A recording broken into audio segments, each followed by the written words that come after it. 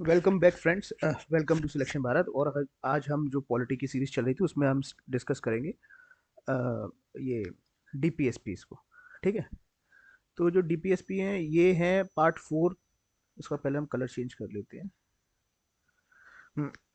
DPSP हमारे constitution के part 4 में है। पार्ट 4 में है। आर्टिकल 36 से लेके आर्टिकल 51 ये हमारे कॉन्स्टिट्यूशन में डीपीएसपी को बताते हैं। देखो अब एक एक वर्ड को समझते हैं। और ये आप ना इसको जब पढ़ोगे तो ये आपके डीपीएसपी में, देखो डीपीएसपी फंडामेंटल राइट्स इन सब में ना आर्टिकल तो याद करने हैं ही। आपको इन डेप्थ आर्टिकल की नॉलेज होनी चाहिए किस आर्टिकल में क्या बताया गया है। बट इसके अलावा आपको ओवरऑल अंडरस्टैंडिंग के लिए थ्योरेटिकल नॉलेज भी बहुत ज़रूरी है। क्या है, क्योंकि यही हमारे बेसिक्स है कॉन्स्टिट्यूशन की। इसके बाद ज़्यादा बचता नहीं है। पार्लियामेंट है ना, इंटर स्टेट रिलेशन सेंटर, और उसके बाद कॉन्स्टिट्यूशन नॉन कॉन्स्टिट्यूशनल बॉडी। तो इसलिए यही जो अगर आप एग्जाम पॉइंट ऑफ व्यू से भी देखोगे तो सबसे ज़्यादा इंपॉर्टेंट फंडामेंटल राइट्स और डीपीएसपी ही है। ज़्यादातर इसी से क्वेश्चन ही पूछे जाते हैं। तो ये है non justiciable in nature. Non justiciable का मतलब क्या हुआ कि इसका सिंपल इतना मतलब है कि अगर आपकी DPSP directive principles of state policies इनका वायलेशन करता है या ये आपके लागू नहीं होते तो आप इनके लिए कोर्ट नहीं जा सकते हैं। ये किसने रिकमेंड किया है? ये तेज बहादुर कमेटी की रिकमेंडेशन पे है ये। ठीक है। इसका ये कहाँ से लिया है? ये आयरलैंड से लिया है। आयरिश कॉन्स्टिट्यूशन में ये 1937 में इनकलकेट हुए थे। पॉजिटिव कॉर्नेशन है। जो फंडामेंटल राइट्स थे, फंडामेंटल राइट्स वो नेगेटिव थे।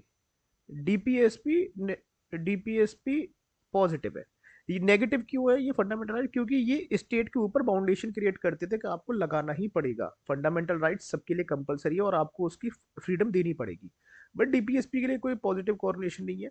ये पॉजिटिव है स्टेट के लिए क्योंकि स्टेट को ये सोशल और इकोनॉमिक डेमोक्रेसी प्रोवाइड करते हैं।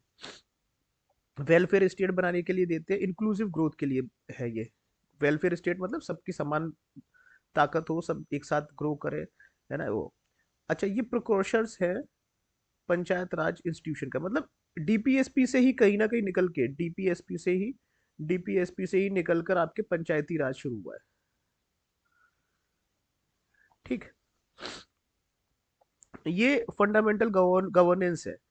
ठीक है। ये पॉलिसी मेकर्स को बताता है कि आपको इस तरह की गवर्नेंस करनी चाहिए। ठीक है। एक सिंपल क्वेश्चन सबके दिमाग में आता है कि जब फंडामेंटल राइट्स को कंपलसरी कर दिया है, इम्प्लीमेंट करना, तो डीपीएसपी को क्यों नहीं किया? इसके पीछे दो रीजन थे।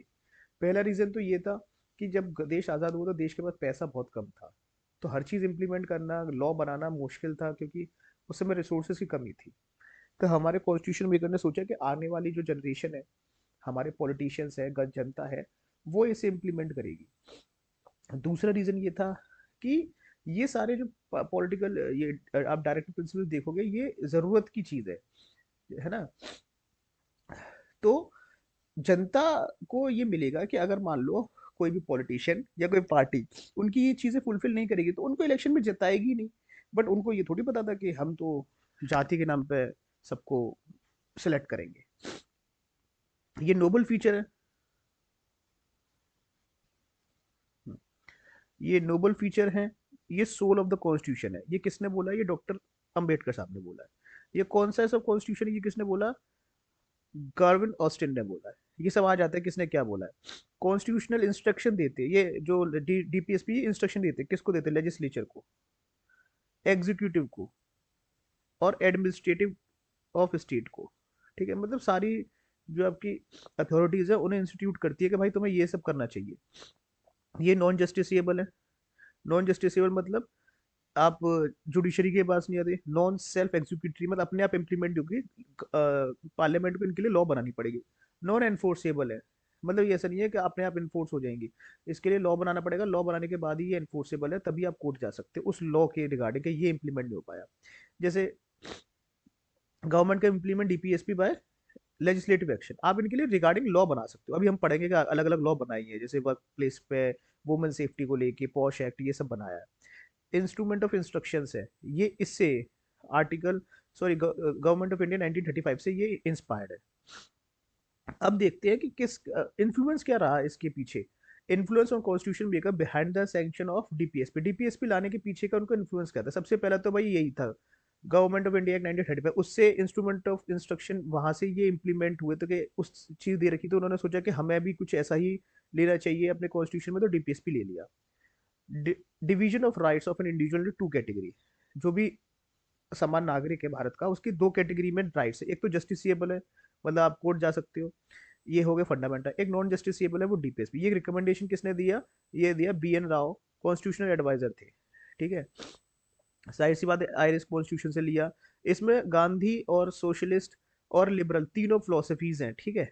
अच्छा, कॉन्स्टिट्यूशन में ऐसे कोई दे नहीं रखा कि आपको ये है या नहीं है, कॉन्स्टिट्यूशन में नहीं है। ये जब आप पढ़ोगे तो अपनी समझ पे हमें पता चलता है कि ये डिवाइड है सोशलिस्ट, गांधीयन और लिबरल फिलोसफी में।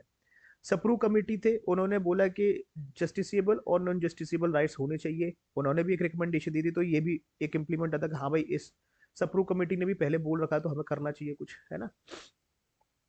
ये फंडामेंटल राइट्स में जो भी गैप बन रहा है उसको क्रिएट कर रहा है, जो गैप बना है उसको भरने के लिए आए, रिस्ट्रिक्टिव नेचर के है ये, ठीक है। अब क्लासिफिकेशन देखते हैं। डीपीएसपी का क्लासिफिकेशन तीन तरीके से, जो मैं अभी बता रहा था, सोशलिस्ट, गांधीयन और लिबरल इंटेलेक्चुअल, तीन तरह के हैं। गांधीयन फिलोसफी जैसे ग्रास रूट डेवलपमेंट हुई, पंचायत को ज्यादा पावर मिलनी चाहिए, लोकल सेल्फ गवर्नेंस पे ज्यादा फोकस करना चाहिए। सोशलिस्ट, समाज एक समान होना चाहिए, समाज में सबको एक मेल फीमेल को मतलब प्रॉपर जुडिशरी पावर मिलनी चाहिए, है ना। लिबरल, सारे धर्म संप्रदाय सब होने चाहिए, तो इस तरह की हमारी आइडियोलॉजी है। सोशलिस्ट प्रिंसिपल पे जो आइडियोलॉजी है वो सोशलिज्म से आई है, ठीक है। ये जो डीपीएसपी है, ये क्या बनाते हैं? ये सोशलिस्ट डेमोक्रेटिक सोशलिस्ट स्टेट बनाने के लिए काम करते हैं, इकोनॉमिक जस्टिस देते हैं ये, और ये नॉर्म क्रिएट करते हैं वेलफेयर स्टेट के लिए। सॉरी।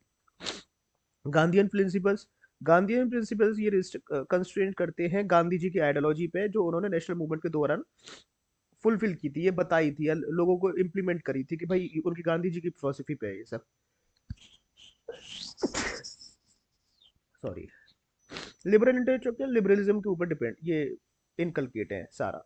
अब हम पढ़ लेते हैं सारे आर्टिकल एक एक करके, इससे आपको समझ में मिलेगा कि क्या क्या आर्टिकल्स है। 36 और 37 ये डेफिनेशन ऑफ स्टेट बताते हैं। ये आर्टिकल 12 जो फंडामेंटल राइट्स में था वही है ये, है ना। स्टेट की डेफिनेशन वही रहेगी इसमें भी। Centre state, local government, LIC, कोई भी जो स्टैट्यूटरी नॉन स्टैट्यूटरी बॉडी जो भी हमारे देश में किसी भी तरह का गवर्नेंस का रोल निभा रही है, चाहे प्राइवेट फर्म भी इसमें आती है, इंक्लूड होती है प्राइवेट फर्म्स भी। और आने वाले टाइम में अगर सुप्रीम कोर्ट या कोई भी जुडिशरी उसको स्टेट की डेफिनेशन में इंक्लूड करती है, तो वो भी हमारे स्टेट की डेफिनेशन में आएगी। और आर्टिकल 37 बताता फंडामेंटल इन गवर्नेंस, ठीक है। ये दो आर्टिकल है स्टार्टिंग के, इतने ज्यादा जरूरी नहीं है, बट याद होने चाहिए। जैसे अगर आप फंडामेंटल राइट्स देखोगे तो आर्टिकल 12 और 13 भी है, बट मेजरली आर्टिकल 14 से शुरू होते हैं, फ्रीडम ऑफ स्पीच से, है ना। सेम ऐसे ही है। अब आर्टिकल, अब दूसरा आर्टिकल आता है article 38, promote welfare of people, लोगों की भलाई के लिए हमें काम करने हैं, ठीक है। तभी तो जनता बोलती है कि पानी देंगे, बिजली देंगे, इलेक्ट्रिसिटी देंगे, गैस सिलेंडर देंगे, ये सब बनाते हैं ना, तो ये वेलफेयर का काम है। बट आप देने के बाद, अगर प्रॉमिस करने के बाद पॉलिटिशियन इसे फुलफिल नहीं करते, तो हम कोर्ट नहीं जा रहे हैं ना उनके लिए, बस हम ये सोचते हैं कि भाई अगली बार इतने इलेक्शन में वोट नहीं देंगे। फिर article 39, livelihood of all citizens, distribution of resources for common goods, मतलब कोई भी रिसोर्स है जो नेशन की है, उसका रिसोर्सेज का डिस्ट्रीब्यूशन प्रॉपर होना चाहिए, सारे लोगों के लिए होना चाहिए। ऐसा नहीं है कि आप सिर्फ अमीरों के लिए या फिर एक जाति संप्रदाय के लिए, सबके लिए होना चाहिए। बट ऐसा होता नहीं है। देखो आप जब भी पढ़ोगे ना, तो हमारा जो कॉन्स्टिट्यूशन है वो आइडियलिज्म पर बना हुआ है।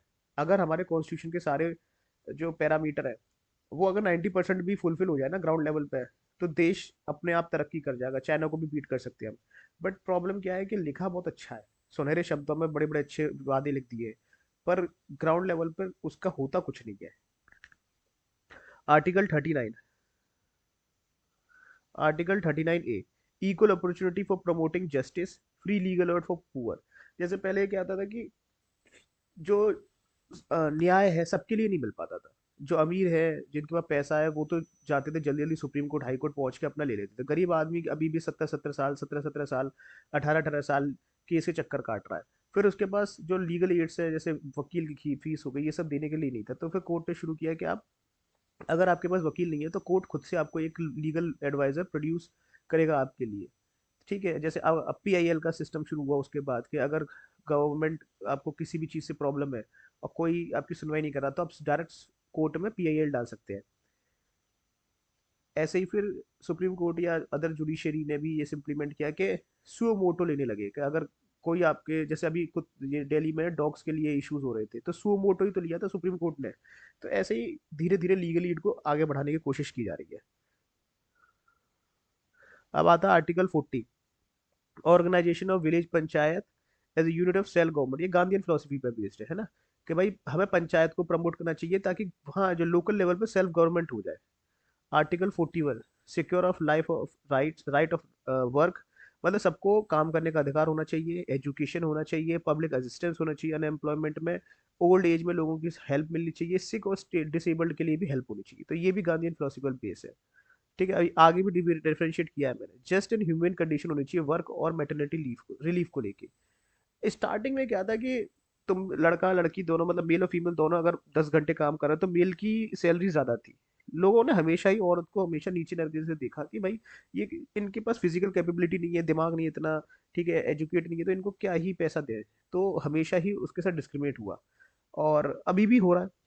ठीक है, ग्राउंड रियलिटी देखो तो आज भी इनह्यूमिनेट चीजें हो ही रही है। दूसरा ये है कि मैटरनिटी लीव, ये तो नीचे प्रोसेस है, प्रेगनेंसी होती है, बच्चा होगा तो आपको उनको रिलीफ तो देना पड़ेगा।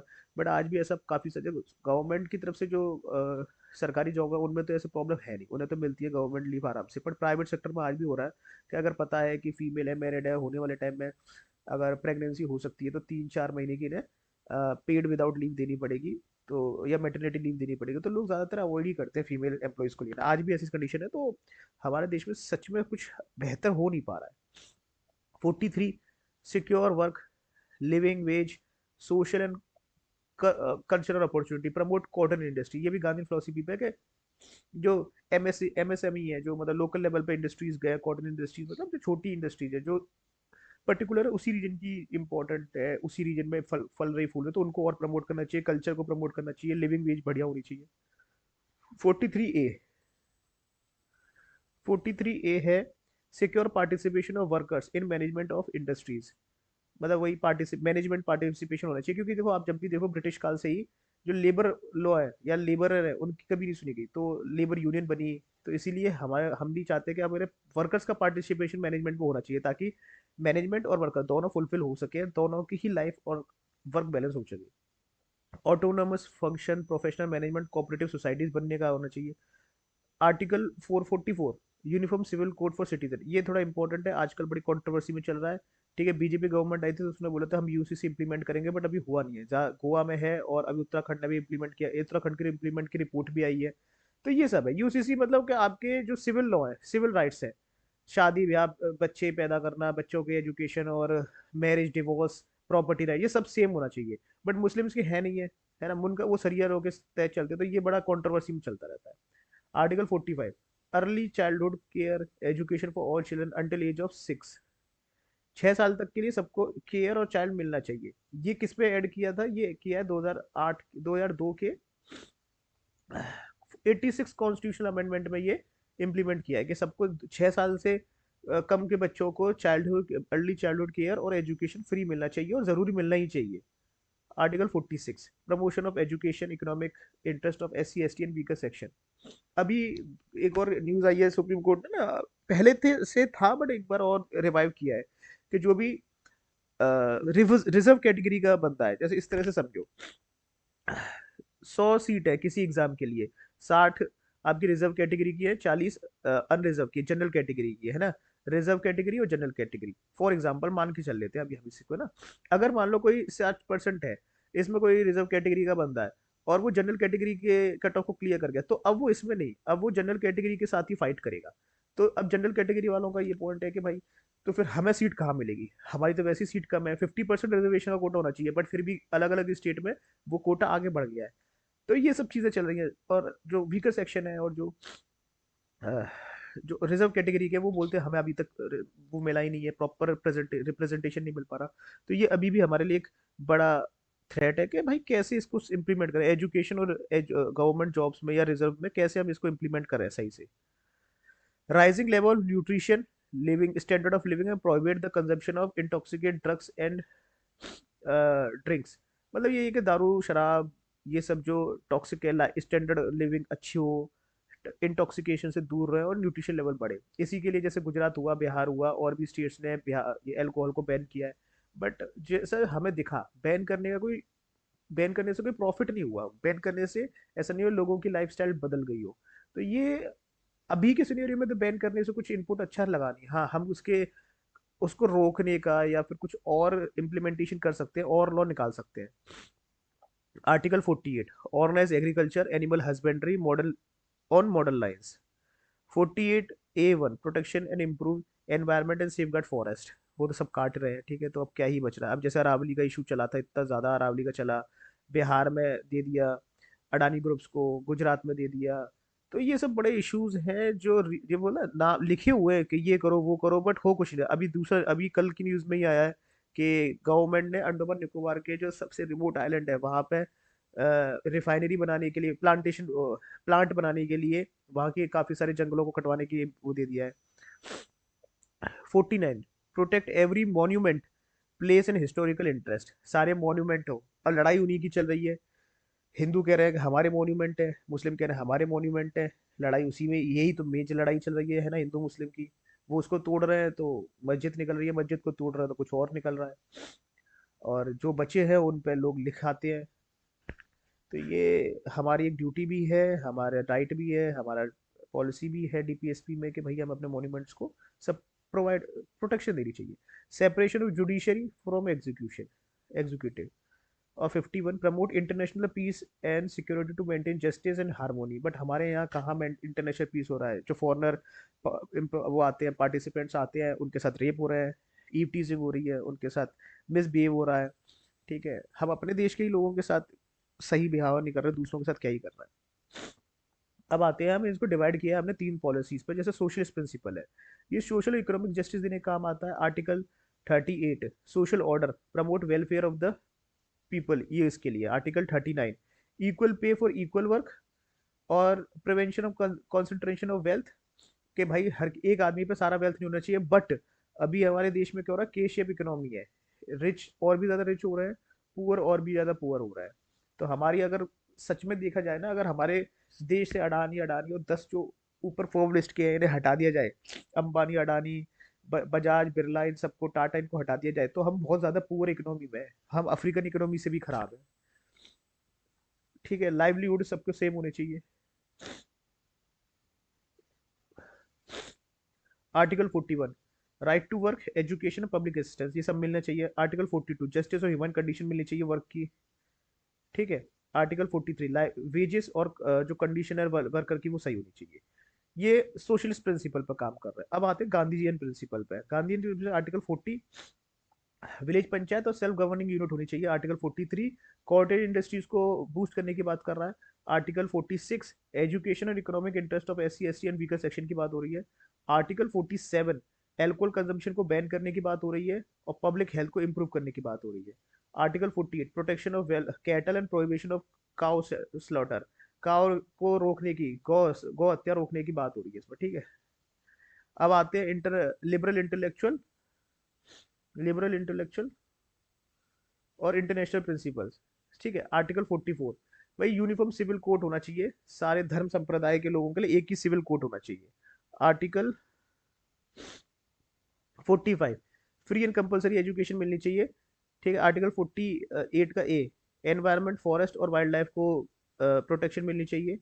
आर्टिकल 49, हिस्टोरिकल मॉन्यूमेंट्स को बचाना चाहिए। आर्टिकल 50, जुडिशरी को एग्जीक्यूटिव से सेपरेट करना है।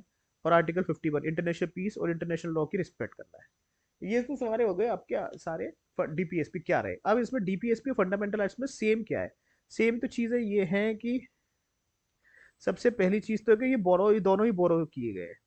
वो यूएसए से किया है, ये वाला डीपीएसपी आयरलैंड से किया है। ये इन दोनों का ही काम है, इक्विलेट ग्रोथ ऑफ नेशन, भाई इंक्लूसिव और इक्विटेबल ग्रोथ देनी है देशन को। और ये कॉन्स्टिट्यूशनल प्रोविजन से बैक्ड है, क्योंकि कॉन्स्टिट्यूशन में लिखा हुआ है, तो ना चाहते हुए भी लोगों को उन पर ध्यान देना पड़ेगा, आज नहीं तो कल। ये स्ट्रेंथ कर रहे हैं डेमोक्रेटिक सेटअप को, है ना। जब ये जुडिशरी को उसको जब भी जुडिशरी को कोई प्रॉब्लम होती है तो ये बताते हैं कि आपको इस तरह से काम करना चाहिए।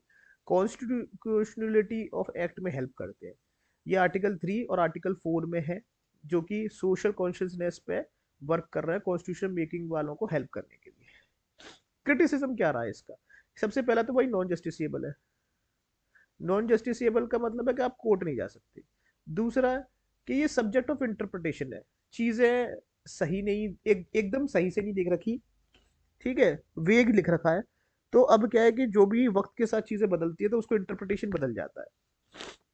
बहुत सारे ओवरलैप्स है, ठीक है, क्लैरिटी नहीं है, अकाउंटेबिलिटी नहीं है, ठीक है, ठीक से अरेंज नहीं है ये किसने कहा? जेने, ठीक है। फोबियन सोशलिज्म विदाउट सोशलिज्म, मतलब सिर्फ सोशलिज्म का एक चेहरा ओढ़ रखा है, सोशलिज्म के नाम पे कुछ है नहीं, सोशलिज्म एक्चुअल सोशलिज्म इसमें नहीं है, ये बोला गया है, ठीक है। अवेटेबल डस्टबिन ऑफ सेंटिमेंट से बातें बहुत अच्छी चीज की है, बस अब कचड़े में डाल दी है, ये किसने कहा है?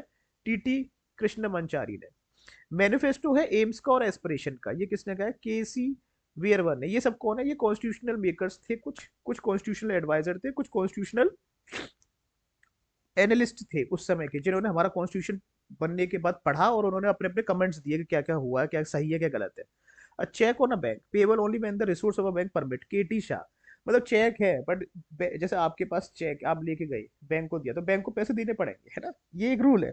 पर यहाँ ये बोल रहा है कि बैंक बोलेगा जब मेरे पास पैसा आएगा तब मैं तुम्हें दे पाऊंगा।